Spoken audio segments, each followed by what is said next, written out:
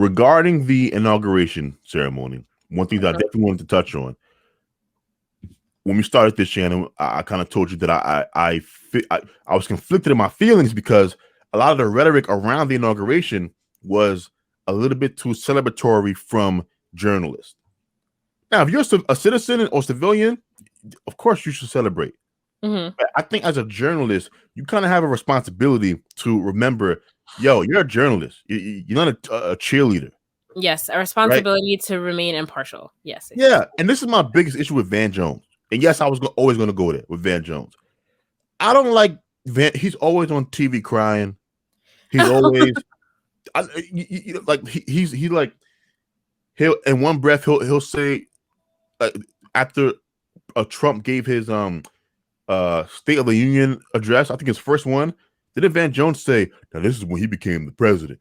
You know, he'll work with the Trump administration for like the First Step Act, but then rumors came out that he didn't want to be in the pictures because he didn't want to be viewed as working with the president. Like, he seems like a guy that doesn't have a strong moral center.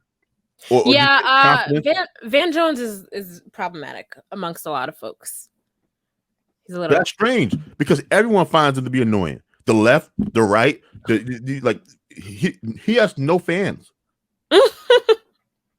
and so there was a lot of Van Jonesing going on the timeline yesterday, and it got me concerned because, and this part is going out directly to African Americans, right? I'm speaking directly to you right now.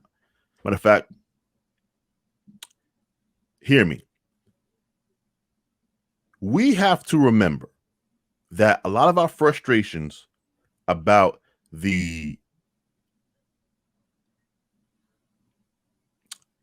our position amongst the Democratic Party when it comes to their issues, right? A lot of our frustrations come out from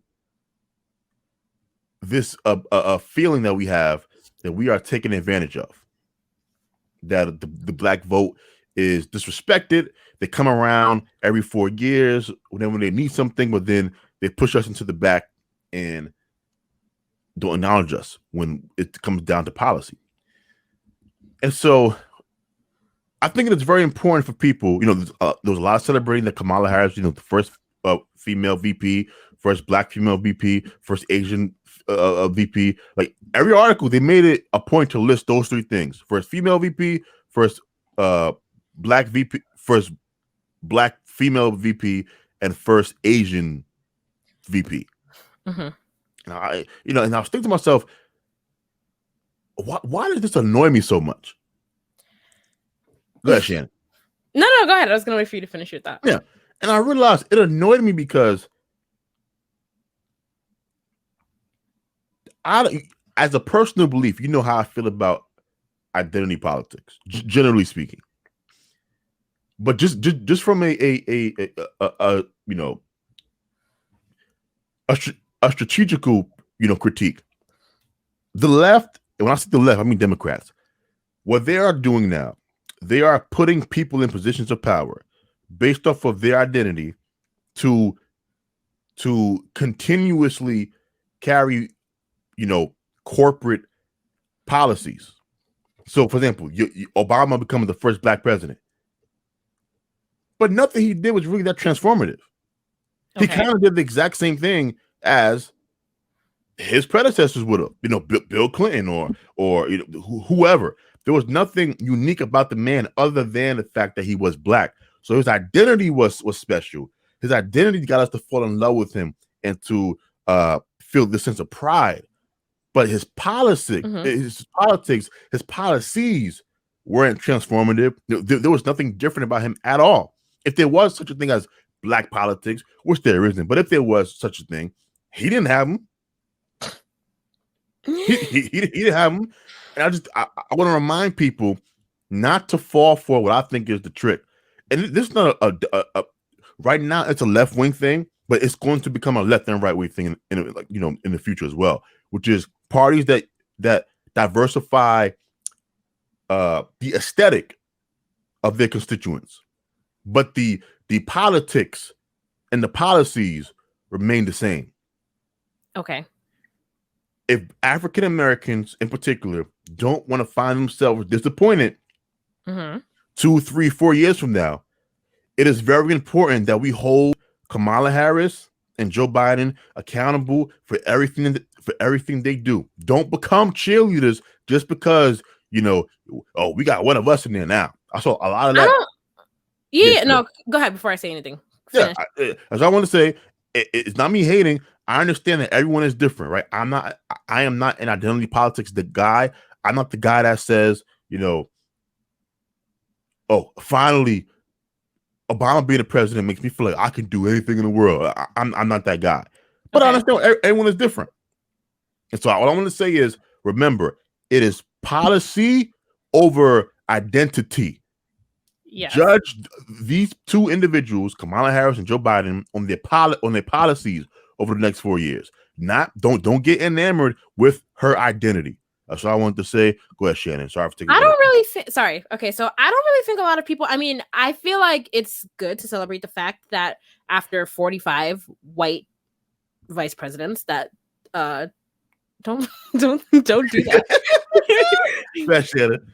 After having 45 white vice presidents, I think it's perfectly fine to celebrate the fact that somebody of Black and South Asian descent has made it into the White House. I think that's perfectly fine. I don't think that people are fetishizing the fact that she's of color. I think that people are acknowledging it as being historical. But from what I've been seeing widely online is that people still plan to hold them accountable. That's what I've been seeing. Yeah, and a lot of this comes down to who you follow. Yeah, and like another thing is like Kamala Harris is not widely liked, for her past and the policies that she supported in the past. She's not a widely liked person, but people feel what happened? She's not widely liked by African Americans, but she is widely celebrated by the establishment. Okay. Yes. Well, by African Americans, she is not widely liked, but people can recognize and admire the fact that somebody of her stature has made it into the White House. Okay, yeah, that's all I want to say because I feel like Sean King got some pushback yesterday because Sean King always gets pushback. Let me shut up. Okay, go ahead. Oh snap! Wait, no, say what you gotta say, Shannon. Nothing. You hate Sean. You hate. I don't hate Sean King. I follow him, but I feel like he's a little problematic. I mean, I don't follow Sean King. I just happen to be checking his Twitter because one of his tweets got retweeted to my timeline. But for this particular tweet, what he said made sense. And what Sean said was, he said that promises were made by the Biden campaign to do certain things for criminal justice reform day one. And when Sean went and checked the list of the day one executive orders, he didn't really see anything that he thought was dismantling criminal justice day one. Okay. And he got pushback. But to me, I like that. If you're going to tell me something that you're going to do day one means day one. Day one is the equivalent to on site. On site means if I see you on site, that means when I see you, I'm going to whoop your ass. That is the literal definition of on site. There's no words. It is on site. Day one means day one. Day one is not a figure of speech. It is literal, meaning the first day I'm in office, I'm going to do X. So if Joe Biden said that day one he was going to, I don't know, pass some executive orders, to help deal with criminal justice, and he didn't do it, then Sean King to me was well within his rights to get mad. But he got pushback from people saying that, oh, he's being divisive, or give him some time, give him a chance. And that attitude I don't like. Hold these people accountable for what they say. Because guess what? If you don't think you're going to be able, if you don't think that you will be able to do something, then just don't say it. You didn't have to make that promise to me. Don't say it. So I like, in this particular instance, I like the energy that Sean King was bringing personally.